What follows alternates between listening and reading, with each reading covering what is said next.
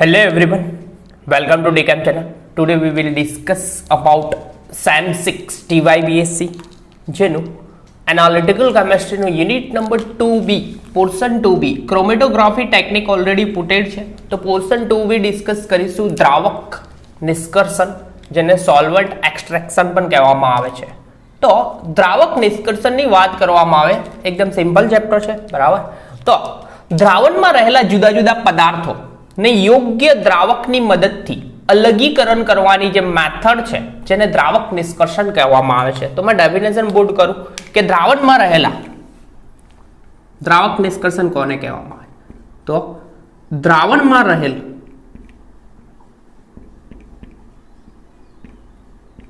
જુદા જુદા પદાર્થો જુદા જુદા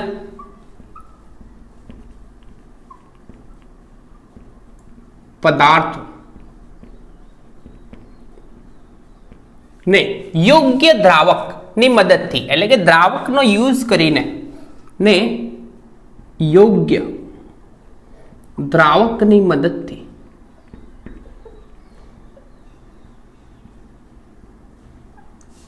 અલગ કરવાની, અલગ અથવા અલગીકરણ અથવા અલગ કરવાની પદ્ધતિને દ્રાવક નિષ્કર્ષણ કહેવામાં આવે છે. દ્રાવક નિષ્કર્ષણ કહે છે. તો એકદમ સિમ્પલ વસ્તુ છે કે દ્રાવણમાં રહેલા જુદા જુદા પદાર્થો ને યોગ્ય દ્રાવકની મદદથી અલગ કરવાની જે મેથડ છે, તેને દ્રાવક નિષ્કર્ષણ કહેવામાં આવે છે. સપોઝ ઉદાહરણ તરીકે લઈએ કે બે કમ્પાઉન્ડનું મિક્સર, સપોઝ એક છે વોટર અથવા પાણી H2O એન્ડ બીજું છે કાર્બન ડાઇસલ્ફાઇડ CS2. આ કમ્પાઉન્ડ થશે ઓર્ગેનિક, બરાબર. એટલે કે જ્યારે પણ આ બે નું મિક્સર હોય, સપોઝ સેપરેટિંગ ફનેલમાં લઈ લો, સેપરેટિંગ ફનેલમાં આપણા બે કમ્પાઉન્ડ હશે. સેપરેટિંગ ફનેલની મદદથી અલગીકરણ સિમ્પલ મેથડ સેપરેટિંગ ફનેલથી અલગીકરણ થઈ શકે. તો કંઈક સેપરેટિંગ ફનેલ કંઈક આપણી આવી છે, બરાબર છે. અહીંયા કોક હશે કંઈક,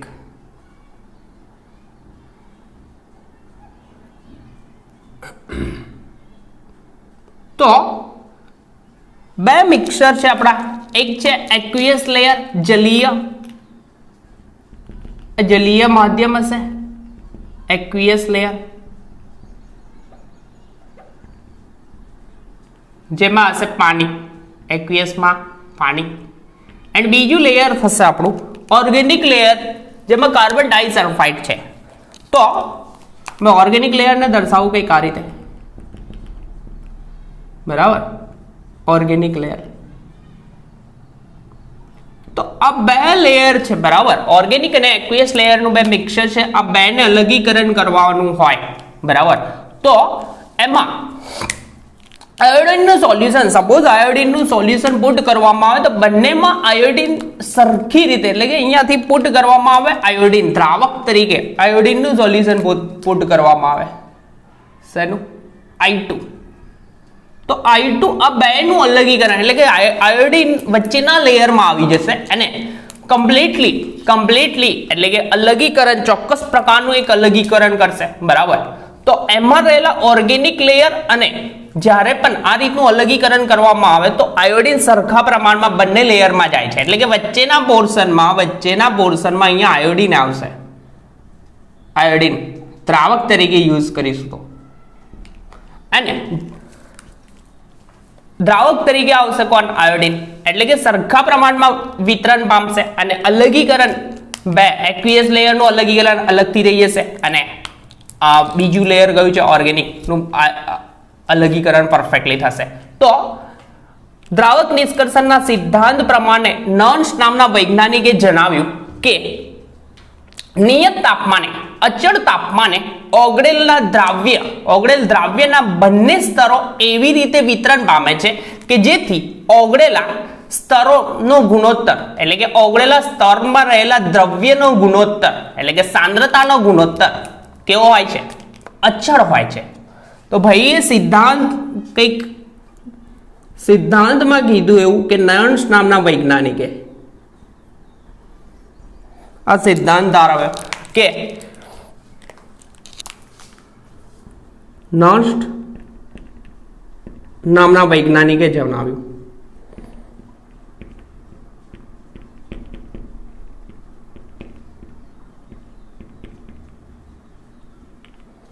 શું જણાવ્યું કે જ્યારે પણ નિયત તાપમાને એટલે કે અચળ તાપમાને ઓગળેલ દ્રવ્યના બંને સ્તરો નિયત તાપમાને ઓગળેલ દ્રવ્યના બંને સ્તરો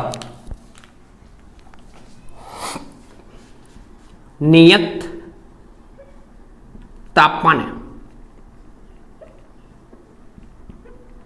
ઓગળેલ દ્રવ્યના બંને સ્તરો દ્રાવ્ય અથવા દ્રાવ્યના બંને સ્તર એવી રીતે વિતરણ પામે છે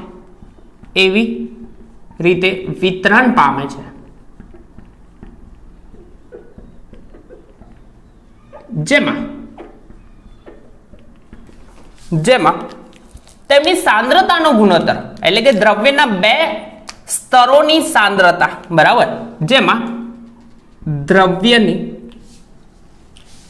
દ્રવ્યના બે સ્તરોની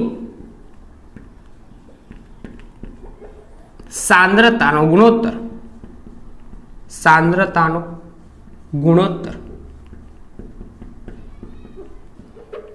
અચળ રહે છે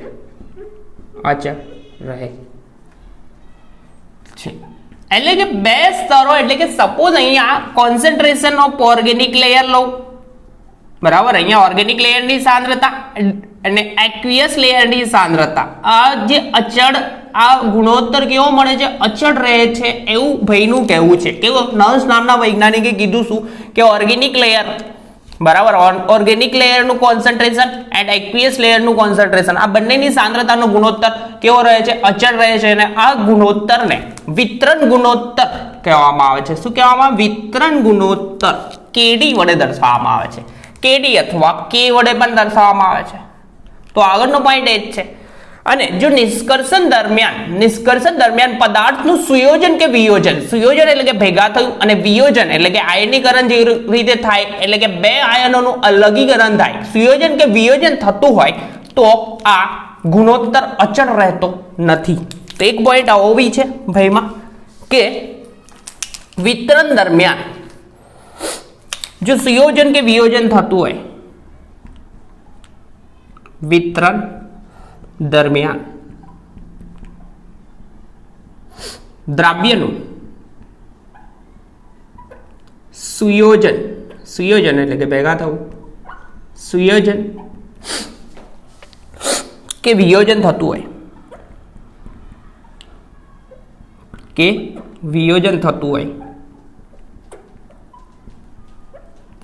તો આ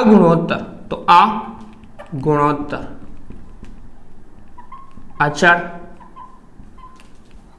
રહે નહીં એટલે અચળ રહેતો નથી. જ્યારે પણ સુયોજન કે વિયોજનનો કેસ હોય તો તે દરમિયાન આ વિતરણ થતું હોય તે દરમિયાન આ સુયોજન દ્રવ્યનું સુયોજન કે વિયોજન થતું હોય તે દરમિયાન આ ગુણોત્તર અચળ રહેતો નથી. તો આપણે વિતરણ ગુણોત્તર એક્ઝેક્ટલી ડિફાઇન કરીશું. રબ કરી લો કઈ છે નહીં. તો વિતરણ ગુણોત્તરનું સૂત્ર કંઈક થશે જેને કે અથવા કેડી વડે દર્શાવવામાં આવે છે બરાબર.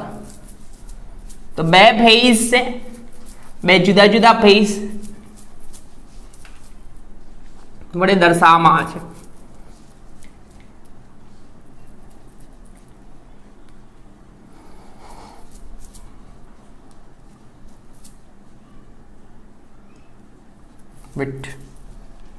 તો આગળ આપણાથી લખી શકાશે વિતરણ ગુણોત્તર. જો વિતરણ ગુણોત્તર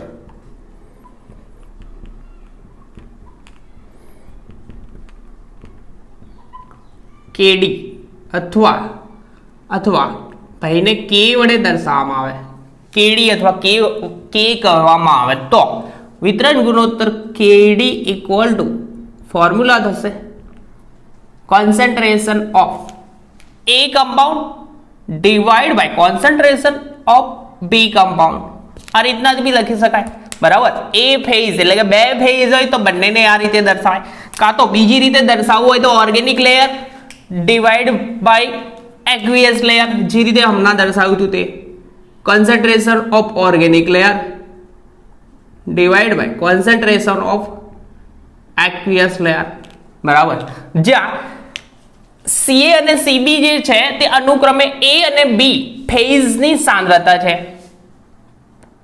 જ્યાં CA and CB એ અનુક્રમે A and B ફેઝની સાંદ્રતા છે, ફેઝની સાંદ્રતા છે. એટલે કે એકદમ સિમ્પલ વસ્તુ છે કે બે બે બે અથવા વધારે કમ્પાઉન્ડ એટલે કે દ્રાવ્ય પદાર્થોનું મિક્સચર હોય, બરાબર. તો એમાં યોગ્ય દ્રાવક પુટ કરવામાં આવે, જે રીતે આપણે આયોડિન પુટ કર્યું હતું, સેપરેટિંગ ફનેલ લીધી, સેપરેટિંગ ફનેલમાં એક ઓર્ગેનિક લેયર હતું કાર્બન ડાઇસલ્ફાઇડ અને બીજું હતું એક્વિયસ લેયર અને એક ઓર્ગેનિક લેયર. હવે એમાં યોગ્ય દ્રાવક પુટ કરવામાં આવે તો યોગ્ય દ્રાવકની મદદથી આ ઓર્ગેનિક અને એક્વિયસ લેયરને પરફેક્ટલી અલગ પાડી શકાય છે.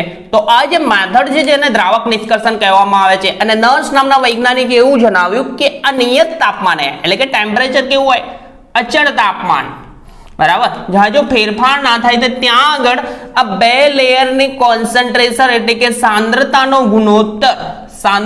ગુણોત્તર કેવો હોય છે, અચળ હોય છે. અને આ સાંદ્રતા ગુણોત્તરને શું કહેવાય છે, વિતરણ ગુણોત્તર કેડી વડે દર્શાવવામાં આવે છે. તો આ પદ્ધતિના કેટલાક ફાયદા અને ગેરફાયદા છે તે બી જોઈશું. દ્રાવક નિષ્કર્ષણ પદ્ધતિનો સિદ્ધાંત, તો સિદ્ધાંત સિમ્પલ છે કે કોઈ પણ પદાર્થ હોય એટલે કે દ્રાવણમાં રહેલા જુદા જુદા પદાર્થોને યોગ્ય દ્રાવકની મદદથી અલગ કરવાની મેથડ છે, બરાબર. સોલ્યુશનમાં રહેલા વર્ડિંગ છે દ્રાવણ, બરાબર. લિક્વિડ ફોર્મમાં હશે, ઓર્ગેનિક લેયર હોય કે એક્વિયસ લેયર કોઈ પણ હોય, તો દ્રાવણમાં રહેલા જુદા જુદા પદાર્થોને યોગ્ય દ્રાવકની મદદથી અલગીકરણ કરવાની જે મેથડ છે, એટલે કે કોઈક એક્સટર્નલ, બરાબર, એક્સટર્નલ સોલ્વન્ટ પુટ કરવામાં આવે, બહારથી સોલ્વન્ટ પુટ કરીને અલગીકરણની જે મેથડ છે તેને શું કહેવામાં આવે છે, દ્રાવક નિષ્કર્ષણ. અને નર્સ નામના વૈજ્ઞાનિકે જણાવ્યું કે આ જે બે લેયર છે, બરાબર, નિયત તાપમાને ઓગળેલા દ્રાવ્યના બંને સ્તરો એવી રીતે વિતરણ પામે છે કે જેમની સાંદ્રતાનો ગુણોત્તર કેવો હોય છે, અચળ હોય છે. અને વિતરણ દરમિયાન એટલે કે અલગીકરણ દરમિયાન જો દ્રાવ્યનું સુયોજન કે વિયોજન થતું હોય તો આ ગુણોત્તર કેવો, અચળ રહેતો નથી, જનરલી અચળ હોય છે, બરાબર, કોન્સ્ટન્ટ હોય છે. તો આ મેથડના ફાયદા અને ગેરફાયદાનું ડિસ્કશન કરીશું. એકદમ સિમ્પલ છે કે આ પદ્ધતિ અતિ સરળ છે. સેપરેટિંગ ફનેલ એટલે કે સાદા સેપરેટિંગ ફનેલ જેવી મેથડથી પણ અલગીકરણ કરી દેવામાં આવે છે. તો ફાયદા અને ગેરફાયદા મેં પુટ કરીશ, રબ કરી દઉં. તો એના ફાયદા અને ગેરફાયદાનું ડિસ્કશન કરીશું. તો ફાયદા આ મેથડના વધારે છે, ગેરફાયદા ઓછા છે, બરાબર છે. એકદમ સિમ્પલ મેથડ છે, અતિ સરળ મેથડ છે. અને બીજી વસ્તુ કે સેપરેટિંગ ફનેલ જેવા સાધનથી પણ અલગીકરણ થઈ શકે છે. બીજો ફાયદો, વેઇટ મેં પુટ કરું છું, રબ કરી દઉં.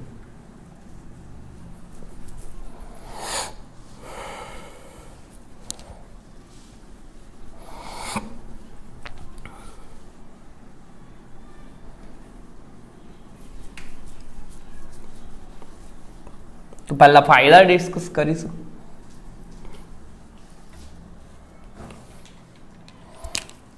તો પહેલો ફાયદો છે, આ પદ્ધતિ અતિ સરળ છે. આ પદ્ધતિ એટલે કે દ્રાવક નિષ્કર્ષણ પદ્ધતિ અતિ સરળ છે.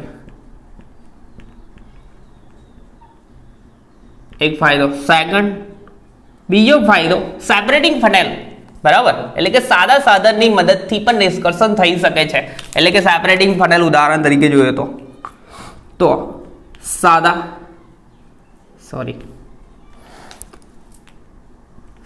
સાધનની મદદથી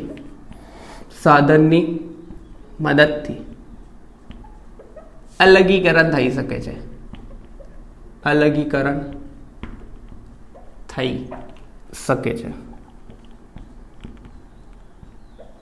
ઉદાહરણ તરીકે જોઈએ તો સેપરેટિંગ ફનેલ,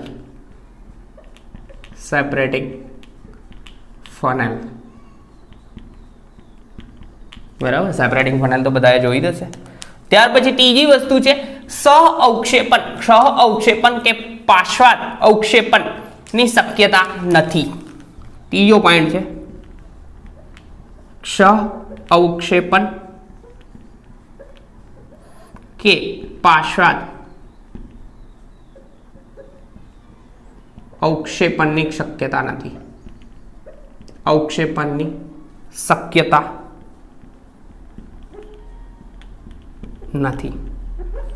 એના પછી છે ફોર્થ પોઈન્ટ એટલે કે જ્યારે દ્રાવક નિષ્કર્ષણ થાય તે વખતે સહ અવક્ષેપણ કે પછીથી પાર્શ્વાદ અવક્ષેપણ થતું નથી.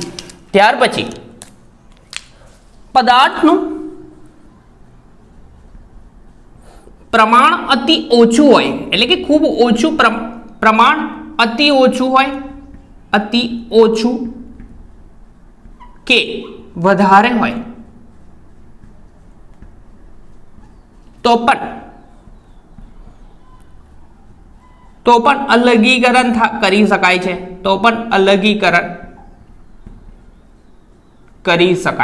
એટલે કે ખૂબ જ ઓછું પ્રમાણ હોય તો પણ અલગીકરણ શક્ય છે, કે વધારે પ્રમાણ હોય તો કોઈ પ્રશ્ન છે નહીં, પણ ઓછું પ્રમાણ હોય તો પણ અલગીકરણ એટલે કે નિષ્કર્ષણ થઈ શકે છે.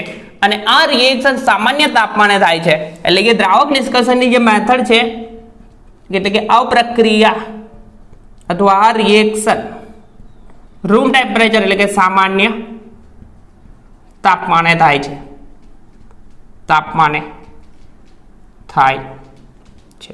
પાંચમો પોઈન્ટ. છઠ્ઠો પોઈન્ટ છે એટલે કે રૂમ ટેમ્પરેચર જ થશે. અને કાર્બનિક તેમજ અકાર્બનિક પદાર્થોનું નિષ્કર્ષણ માટે ઉપયોગી છે આ મેથડ. કાર્બનિક, છઠ્ઠો પોઈન્ટ, ઓર્ગેનિક કમ્પાઉન્ડ, કાર્બનિક અને અકાર્બનિક બંને પ્રકારના પદાર્થના નિષ્કર્ષણ માટે ઉપયોગી છે. એટલે કે કાર્બનિક, ઓર્ગેનિક કમ્પાઉન્ડ ને પણ અલગીકરણ કરી શકાય, કાં તો ઇનઓર્ગેનિક હોય તો બી કરી શકાય, કાં તો એક્વિયસ તો જલીય માધ્યમમાં તો થઈ શકે, બરાબર. અને નિષ્કર્ષણ કર્યા બાદ એટલે કે નિષ્કર્ષિત ઘટકોનું સીધું અનુમાપન કરી શકાય છે. છઠ્ઠો પોઈન્ટ એવું કહે છે કે નિષ્કર્ષિત એટલે કે કોઈ પણ કમ્પાઉન્ડનું નિષ્કર્ષણ કર્યું હોય તે નિષ્કર્ષિત ઘટકોનું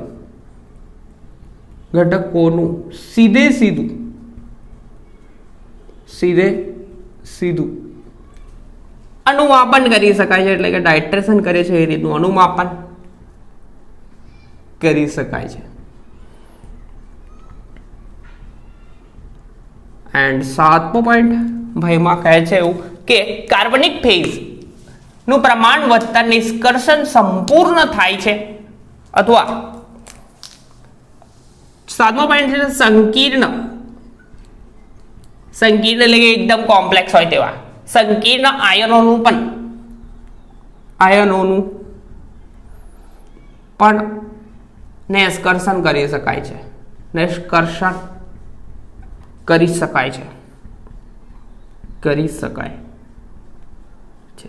અને આઠમો પોઈન્ટ લખો એ તો લખી શકો, બહુ વધારે પોઈન્ટ થઈ ગયા, 7 પોઈન્ટ થઈ ગયા. આઠમો પોઈન્ટ એવું કહે છે કે કાર્બનિક ફેઝનું પ્રમાણ વધતા નિષ્કર્ષણ સંપૂર્ણ થાય છે. એટલે કે જેટલું ઓર્ગેનિક લેયર વધારે તેટલું નિષ્કર્ષણ સંપૂર્ણ થાય છે. તો કાર્બનિક ફેઝ એટલે કે બે ફેઝ હોય એમાં એક ઓર્ગેનિક ફેઝ હોય, કાર્બનિક ફેઝનું પ્રમાણ વધતા નિષ્કર્ષણ સંપૂર્ણ થાય છે, એટલે કે પરફેક્ટ નિષ્કર્ષણ થાય છે, સંપૂર્ણ થાય છે, બરાબર। તો આટલા તો ફાયદા જોઈ લો। આ ફાયદા એકદમ સિમ્પલ છે, એકદમ સરળ પદ્ધતિ છે, સીધે સીધું કે અલગીકરણ એક સાદા સાધનની મદદથી થઈ શકે છે। સપોઝ સેપરેટિંગ ફનેલ, બરાબર, સહ અવક્ષેપણ કે પાશ્ચાદ અવક્ષેપણ થતું નથી, પદાર્થનું પ્રમાણ ઓછું હોય કે વધારે હોય તો પણ અલગીકરણ થાય છે, અને રિએક્શન કેવા સામાન્ય ટેમ્પરેચરે થાય છે, એટલે કે રૂમ ટેમ્પરેચરે થાય છે। કાર્બનિક અને અકાર્બનિક પદાર્થોના નિષ્કર્ષણ માટે ઉપયોગી છે આ ભાઈ, એન્ડ નિષ્કર્ષિત ઘટકોનું સીધે સીધું અનુમાપન કરી શકાય છે, અને કોમ્પ્લેક્સ આયનો હોય, સંકીર્ણ આયનો, તેનું પણ નિષ્કર્ષણ કરી શકાય, અને ઓર્ગેનિક ફેઝનું પ્રમાણ વધતા નિષ્કર્ષણ સંપૂર્ણ થાય છે। એ સિવાય ગેરફાયદા ત્રણ જ છે, તો ત્રણ ગેરફાયદાની વાત કરી લઈએ તો આપણો લેક્ચર ઓવર થશે। આના પછીનો ક્વેશ્ચન છે, બહુ જ ઇમ્પોર્ટન્ટ છે, વારે વારે પેપરમાં જોવા મળે છે, બરાબર, તેનું ડિસ્કશન કરીશું નેક્સ્ટ લેક્ચરમાં। ત્યાં સુધી કન્ટિન્યુમાં પ્રિપેર કરતા રહો, બરાબર છે, એન્ડ ક્વિટ।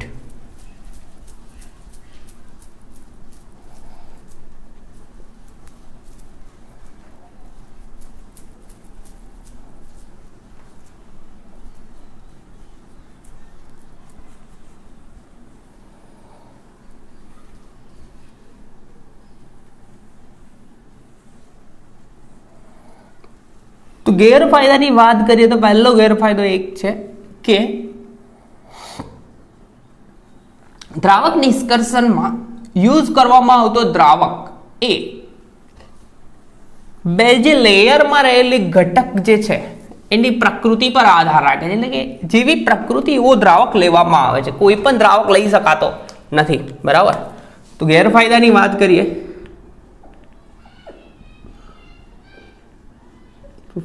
પહેલો ગેરફાયદા કે ઘટકના પ્રકાર અને પ્રકૃતિ, ઘટકના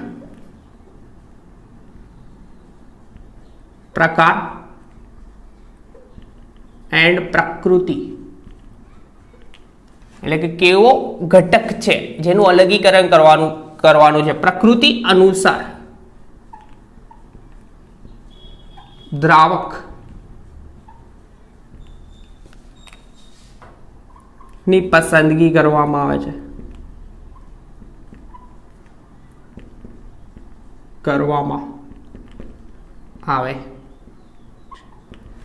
બીજો પોઈન્ટ એવું કહે છે કે ઓર્ગેનિક કેટલીક વખતે બે લિક્વિડ, બરાબર, એક ઓર્ગેનિક લેયર હોય અને એક્વિયસ લેયર હોય, અને જ્યારે ભેગા થાય તો તે વખતે વચ્ચે ક્રિએટ થાય છે એમલ્ઝન। હવે એમલ્ઝન ફોર્મ થવાથી નિષ્કર્ષિત ઘટક એટલે કે ઇમલ્ઝન વચ્ચેનું સ્તર, એટલે કે જ્યારે સપોઝ આ રીતનું હોય, સેપરેટિંગ ફનેલમાં અલગ કરતા હોય તો પ્રેક્ટિકલી તમે લોકોએ કરેલું હશે, તો વચ્ચે એક ક્રિએટ થાય ઇમલ્ઝન, એક ઓર્ગેનિક લેયર હોય, એ સેપરેટિંગ ફનેલ છે, બરાબર। તો લેયર છે એક ઓર્ગેનિક લેયર છે સપોઝ, અને બીજું છે aqueous layer, down side aqueous layer છે।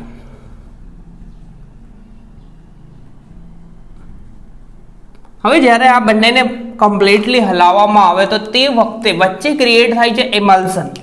શું ક્રિએટ થાય? વચ્ચેના પોર્શનમાં, આટલા પોર્શનમાં ક્રિએટ થશે એમલ્સન। શું ક્રિએટ થશે? એમલ્સન।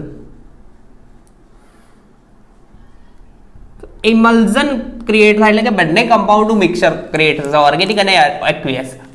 ઇમલ્ઝન ક્રિએટ થવાથી ઘટકોનું પ્રમાણ કેવું થાય છે, એટલે કે એક્વિયસ ઘટકનું પ્રમાણ પણ ઘટે છે અને ઓર્ગેનિક ઘટકનું પ્રમાણ પણ ઘટે છે। તો કેટલીક વખતે ઇમલ્ઝન બનવાના કારણે અથવા ફોર્મ થવાના કારણે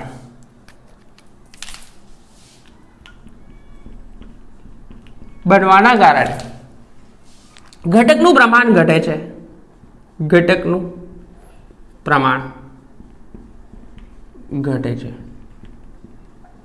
અને લાસ્ટ પોઈન્ટ, થર્ડ પોઈન્ટ ભાઈમાં એવું કહે છે કે સપોઝ બે લેયર છે, બરાબર, 2 હોય કે 3 લેયર હોય, કોઈ પ્રશ્ન નહીં, તો તે વખતે નિષ્કર્ષણ પદ્ધતિમાં આ 2 લેયર વચ્ચે સંતુલન, ઇક્વિલિબ્રિયમ અથવા સંતુલન સ્થપાતા વાર લાગે છે. એટલે કે 2 નું અલગીકરણ થવામાં કેવું, એટલે કે આ ઇમલ્ઝન ક્રિએટ થયું તો ઇમલ્ઝન નું અલગીકરણ થવામાં વાર લાગે, બરાબર. તો કેટલીક વાર નિષ્કર્ષણ પદ્ધતિમાં સંતુલન સ્થપાતા વાર લાગે છે, તેથી આ પદ્ધતિ ટાઈમ કન્ઝ્યુમિંગ મેથડ છે. તો કેટલીક વાર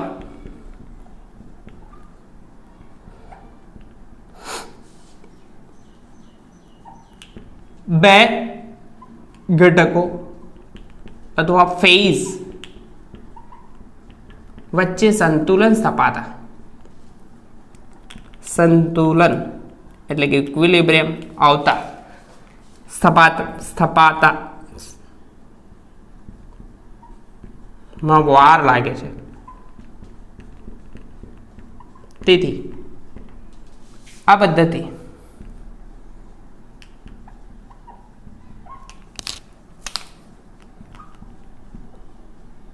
સમય માગે છે અથવા ટાઈમ કન્ઝ્યુમિંગ છે, બરાબર. એટલે કે વધારે ટાઈમ લઈ લે છે આ પદ્ધતિ. તો આ 3 ગેરફાયદા હતા. તો દ્રાવક નિષ્કર્ષણ એકદમ સિમ્પલ છે કે જલીય માધ્યમમાં રહેલા 2 ઘટકોને અલગીકરણ કરવાની જે મેથડ છે જેને દ્રાવક નિષ્કર્ષણ કહેવામાં આવે છે. અને જે બે ઘટકોનું લેયર જે છે એની સાંદ્રતાનો ગુણોત્તર અચળ હોય છે, એ નન્સ નામના વૈજ્ઞાનિકે સૂચવ્યું. અને આ જે ગુણોત્તર છે તેને કેડી કીધું. શું કીધું? કેડી, વિતરણ ગુણોત્તર કહેવામાં આવે છે. શું કહેવામાં? વિતરણ ગુણોત્તર. અને આ ગુણોત્તરને CA/CB અથવા ઓર્ગેનિક લેયર લીધું તો ઓર્ગેનિક લેયર અપન એક્વિયસ લેયર. તો આ વિતરણ ગુણોત્તર કેવો હોય છે? અચળ હોય છે. એટલે કોન્સન્ટ્રેશનનો ગુણોત્તર લગભગ અચળ હોય છે. પણ કેટલાક કિસ્સામાં એટલે કે જ્યારે ઘટકનું સુયોજન કે વિયોજન થતું હોય તો આ ગુણોત્તર અચળ રહેતો નથી. તો આપણે નેક્સ્ટ લેક્ચરમાં મળીશું મોસ્ટ ઇમ્પોર્ટન્ટ ક્વેશ્ચન સાથે. ત્યાં સુધી કન્ટિન્યુ પ્રિપેર કરતા રહો. તો નેક્સ્ટ લેક્ચરમાં મળીએ, બરાબર. ત્યાં સુધી કન્ટિન્યુમાં પ્રિપેર કરતા રહો. અને આપણી ચેનલ પર ફર્સ્ટ ટાઈમ આવ્યા હોય તો ભાઈ રેડ બટન પર ક્લિક કરો અને લેક્ચરને મેક્સિમમ શેર કરો, તો કન્ટિન્યુમાં લેક્ચર આવ્યા કરશે.